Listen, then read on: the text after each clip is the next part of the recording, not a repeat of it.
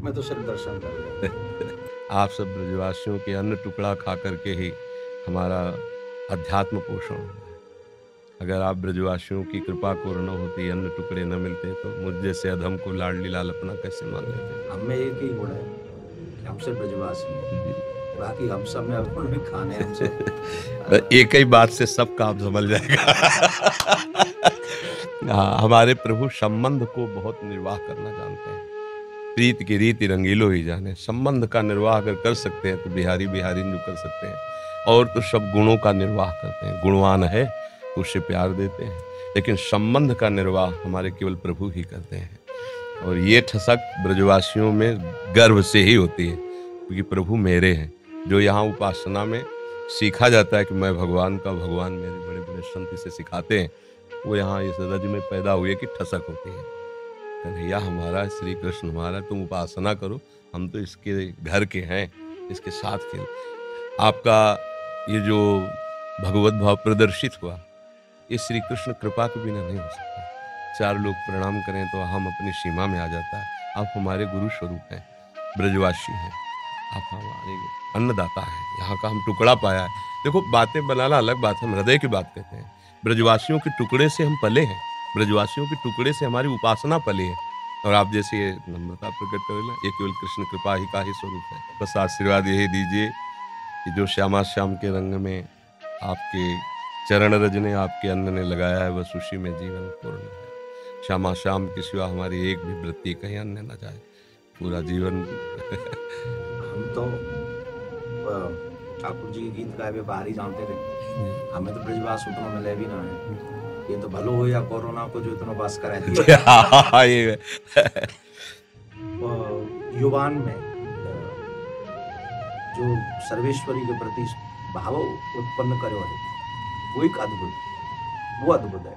और वाही के लिए चर्चा है, एक शहर में चर्चा है। और वो आपको कोई अपना विशेष नहीं, वो जो किशोरी जी के प्रति जो आप जगा रहे हैं सबन को, वो बहुत बहुत अत्यंत सुंदर है। और आज के युवा जो चरित्रवान, क्या कहें, या विषय पे हम कह नहीं सकें, कुछ बड़ी विचित्र बात है चरित्र के विषय में। पर आपने जो अभी इतने संत बाहर विराज रहे हैं, महात्मा विराज रहे हैं, ये युवा देखो। हाँ, इस बस ये लाडली जी की मंद मुस्कान से, महाराज जी नाम पढ़े लिखे हैं, कक्षा 9 सेम टू सेम। आप तो 9 तक गए, मैं तो 1 में ना। आपका देखो बचपन से ब्रज में जल और ठाकुर जी बलला, बड़े बड़े परमहंस मस्तक में अपने चरण धूले आपकी। ये आशीर्वाद को मिलो बचपन, बहुत आशीर्वाद ऐसा मिलो कि वो लाड लड़ावे, गोद में बैठा बाबा है, गोवर्धन वाले बाबा गोद में बैठा के स्वरूप में और प्रसाद पवाए, वो वही सौभाग्य थे हम लोग, उनके आशीर्वाद थे, ऐसी विभूति के आज यह कार्य को कर पा रहे हैं। और ये जो आपका बाहर जाना है ना, ये हमारे लिए बहुत मंगलमय है। देखो, जहाँ हम नहीं पहुँच सकते वहाँ हमारी बात पहुँच रही है। आप सब अगर न जाए तो कोई रास क्या है जान नहीं पाएगा। राधा नाम का परिचय हमारे ब्रजवासी इस रज का सेवन करने वाले ही दे सकते हैं। त्रिभुवन में किसी की सामर्थ्य नहीं कि राधा नाम बोल सके। ये वृंदावन रज और वृंदावन रज के रसिक और ब्रजवासी, ये इनकी धरोहर है, इनके सिवा कोई नहीं बोल सकता। ये आगम निगम पुराण अगोचर, राधा नाम आगम निगम पुराण अगोचर, अलक्षम राधाख्यम निखिल निगमई रप्यति तराम रसाम बोधे सारम किमपि सुकुमारम विजयते। अलक्ष्य वेदों से श्री लालजू महाराज के लिए नेति नेति वेद कहते हैं। फिर लालजू महाराज जहाँ रस की याचना करते हैं, मांगत लाल लाड़िलो नागर, प्रगट भई दिन दिन की चोरी, दान दैरी नवल किशोरी। जिनके श्री चरणों को मस्तक पर पधराने के लिए भगवान शंकर ब्रह्मादि शुकादि याचना करते रहते, ध्यान धरते रहते हैं, वही प्रभु हमारी लाडली जी के चरणों में महावर लगाने के लिए सखियों से याचना करते हैं। इस रस को कैसे कोई जानेगा? श्री श्यामा जी के चरणन की बलिहारी जे है बसत किशोर लाल के प्राणन मध्य सदारी। कहा किशोर लाल के प्राणन मध्य सदारी श्री श्यामा जी। यानी कि हमें अपने संप्रदाय के कहे नंददा चापत चरण मोहन लाल, कुंवरी राधे पलंग पौड़ी सुंदरी नवबाल। ये वो चरण चाप रहे हैं। ध्येयम सदा परिभवग्नम अभीष्ट दोहम, तीर्थास्पदम शिविरंच नूतम शरण्यम भृत्यार्थी हम प्रणतपाल भवाब्दिपोतम, ये बंदे महापुरुष ते चरणारविंदम। वो ऐसे चरणारविंद वाले गोरे चरणारविंद की देखो कैसी अद्भुत महिमा है। नंद सुत मन मोदकारी विरह सागर तरन, ये बात अनंत गोपियां जिनके श्री चरण का स्मरण करके शीतलता धारण करती हैं, वो है श्री कृष्ण।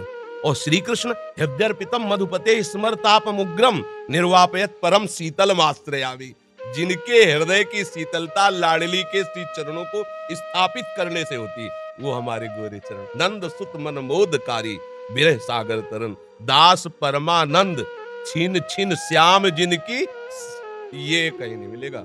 आगम निगम पुराण अगोचर, ये सहज माधुरी रूप निधिम अनभय आनंद कंद में, ये निज संपत्ति वृंदावन बिहारिणी बिहारी जो ब्रजवासियों की है, रसिकों की है, रजोप सेवी जनों की है।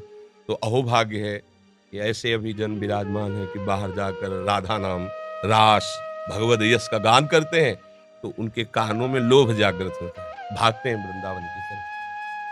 अगर हमको रास का परिचय न मिला होता बाहर से तो लोभ कैसे जागृत होता? वहां देखा, अब ये तो जीवन बन गया, इसके बिना जी नहीं सकते, घसीट लिया।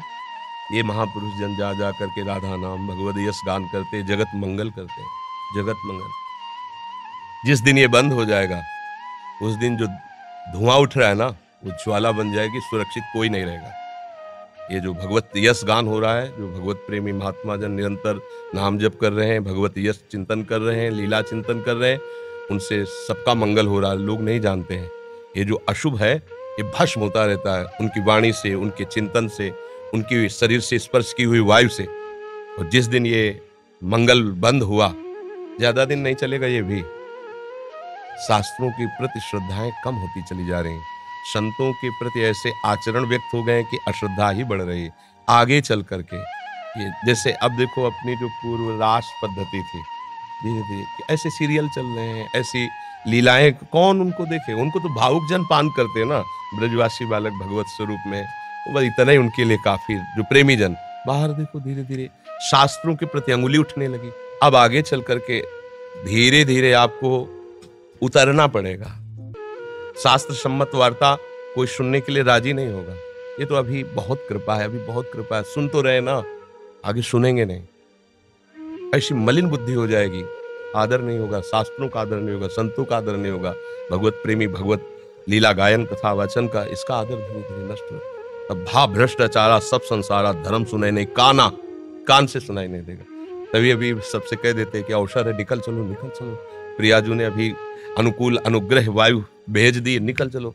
नहीं, अगला जन्म होगा और हम भजन करेंगे, ऐसा संभव। अगला जन्म हो और हम भजन करके श्री जी को प्राप्त करें, असंभव। आज न सामग्री शुद्ध रह रही, अगर शुद्ध चीजें देखो, दूध है, घी है, जिनसे हम पवित्र बुद्धि और स्वस्थता धारण करके भजन करें, उनमें यह शुद्धता मिलाई जा रही है। किससे हम कहा? छोटे छोटे बच्चों के पास मोबाइल है जो पूरा संसार घर बैठे देख सकते हैं। संयम के लिए निकले थे, भगवत प्राप्ति संयम पर टिकी हुई है, और संयम भ्रष्ट करने के लिए इतना बड़ा मोबाइल काफी है। अब वो एकांत कमरे में बैठा क्या देख रहा है? जिसने अपने मन का निग्रह नहीं कर लिया। मन का निग्रह करना हंसी खेल है, मनोनिग्रह बहुत बड़ी सिद्धि है। जिसने अपने मन को समेट कर परमात्मा तत्व में लगा दिया, सावई मना कृष्ण पदारविंद, बहुत ये छोटी मोटी स्थिति है। अब वो क्या करेगा? भ्रष्ट हो जाएगा। तो अगला जन्म मोबाइल भेज दिया 30-35 वर्ष से कलयुग ने। अब अगला जो जन्म होगा धीरे धीरे मतलब बहुत, तो ये कमर कसे रहना, हमारे धर्म के प्रति जीवन बलिदान की वृत्ति बनाए रखना, और अधिक से अधिक नाम महिमा, क्योंकि कलयुग में अन्य साधनों में रुचि होना, नाम महिमा, अधिक से अधिक नाम महिमा, भगवत लीला श्रवण का फल। एक महान दुराचारी प्रेत आत्मा, प्रेत बना हुआ 7 दिन की भागवत में भगवत धाम साक्षात सदैव जाता है, सामने विमान पे जाता है। ये कोई कहानी नहीं है, ऐसी ही सामर्थ्य भागवत में है। भगवत लीला का गान करके कितनों का उद्धार किया जा सकता है, भगवान नाम में प्रीति प्रदान करके कितनों का उद्धार किया जा सकता है। हमारा तो उद्धार हो या न हो इसकी फिक्र नहीं, मेरे मालिक का नाम, मेरे मालिक का जस फैले और सबका मंगल हो। चाहे जितना कोई उपद्रव कर ले, कोई नहीं झुका सकता। ये बात ध्यान रखना, अपनी निष्ठा पे रहना और सिंह की तरह गरजते रहना। जो हमारी इस रज का सेवन किए हुए उसकी वाणी अमोघ होती है। इसी रज के प्रभाव से हम जीवित बैठे हैं, इसी रज के प्रभाव से। तो किडनी फेल है। और हम तो किशोरी जी से प्रार्थना करें प्रियाकांत सरकार से यूं ही कृपा बनाए रखें और तमाम जो है आप सब गुरुजनों का यही शुभाशीष ही मरे हुए हैं किसी काम के लिए। ना ऐसे अभी तो असल में मरे तो वो है जीवित सब समान सुप्राणी, जिन हरि ही भगत हृदय नहीं आनी, जाके रोम रोम में सर्वेश्वरी राधा रानी को नाम बस रहे हो, वो तो सदा जीवा। और आपने तो कितने मरे हुए जिंदे कर दिए। करे करावे आप सब जले बढ़ाई दे, उनका खेल ऐसा है। और किशोरी जी करवा तो रही है ना। हाँ महाराज, स्पष्ट उन्हीं के द्वारा सारा खेल चल रहा है, स्पष्ट चल रहा है, जैसे ना बटन दबे वैसे उनका सारा, हमारी बुद्धि की बस की बात नहीं। बहुत मतलब बहुत कृपा उनकी, हर समय अनंत माताओं जैसा दुलार लिए लाडली जो हर समय कभी भी हमने देखा, जैसे कभी बहुत पीड़ा हो रही, भयानक लोग हैं ना, कभी पीड़ा को एक सेकंड में ऐसे कोने में रख के निहाल। ये जो दिनचर्या चल रही है, 1:30 बजे उठते हैं रात्रि के, 2 बजे से शौच स्नान करके 2:30 बजे से यहाँ अब ये चल रही दिनचर्या 9:30 बजे तक चले, फिर कुछ प्रसाद पाते हैं, दिन में 1 मिनट के लिए भी नींद नहीं। ये रोगी शरीर की दिनचर्या थोड़ी, श्री जी के प्रताप से चल रही है। पूरी रात निकल जाएगी, घंटा 2 घंटा नींद आई तो आई, नहीं तो ऐसे नहीं। ये सब श्री जी से चल रहा है। संसारिक बेस में अगर आदमी सोवे नहीं 6-7 घंटा, तो आपकी आंख, वो आपको मुखमंडल दूर से देख के बता देगा कि आदमी तनाव में है। और जो वो आप क्रिया बता रहे हैं, और वह क्रिया के बाद जो आपको दर्शन है, ये साक्षात किशोरी जी को दर्शन, बिल्कुल उनकी कृपा का दर्शन महाराज जी। अब जैसे कल डायलिसिस हुआ, डायलिसिस 4 घंटा, जैसे मछली तड़पे ना ऐसे शरीर से खून निकलता है, स्प्रिट से निकलता है ना रफ्ता। अब जैसे खून का एक स्वाभाविक दौड़ है, और जब उसको हर नस नाड़ी में एक भयंकर पीड़ा होती है, बेशुद्ध। फिर उसके बाद 4-5 घंटे उठना मुश्किल होता है, ऐसे 2-4 बच्चे ऐसे पकड़ के से, नहीं तो चक्कर वैसा, और एक कवल नहीं पाया अभी तक। कल डायलिसिस के बाद शाम के भोजन नहीं होता, डायलिसिस के बाद इतना शिथिल अंग रहता है। अब 9-9:30 बजे प्रसाद पाएंगे। क्या कि ऐसी एक दिनचर्या है कि अब जैसे हम थोड़ा भी कुछ पा ले तो फिर हमारी सामर्थ्य नहीं होगी, हमें लेट जाना पड़ेगा।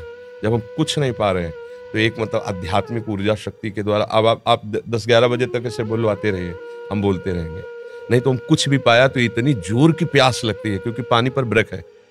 बस जैसे हमें प्यास लगती है ना, इतना गिलास है, इतना बुदा, उसमें पानी देते हैं, क्योंकि अधिक पानी, डायलिसिस अधिक, तो फिर थोड़ा सा पानी। अब बराबर बोल रहे हैं, कुछ खा पी नहीं रहे तो प्यास नहीं लग रही।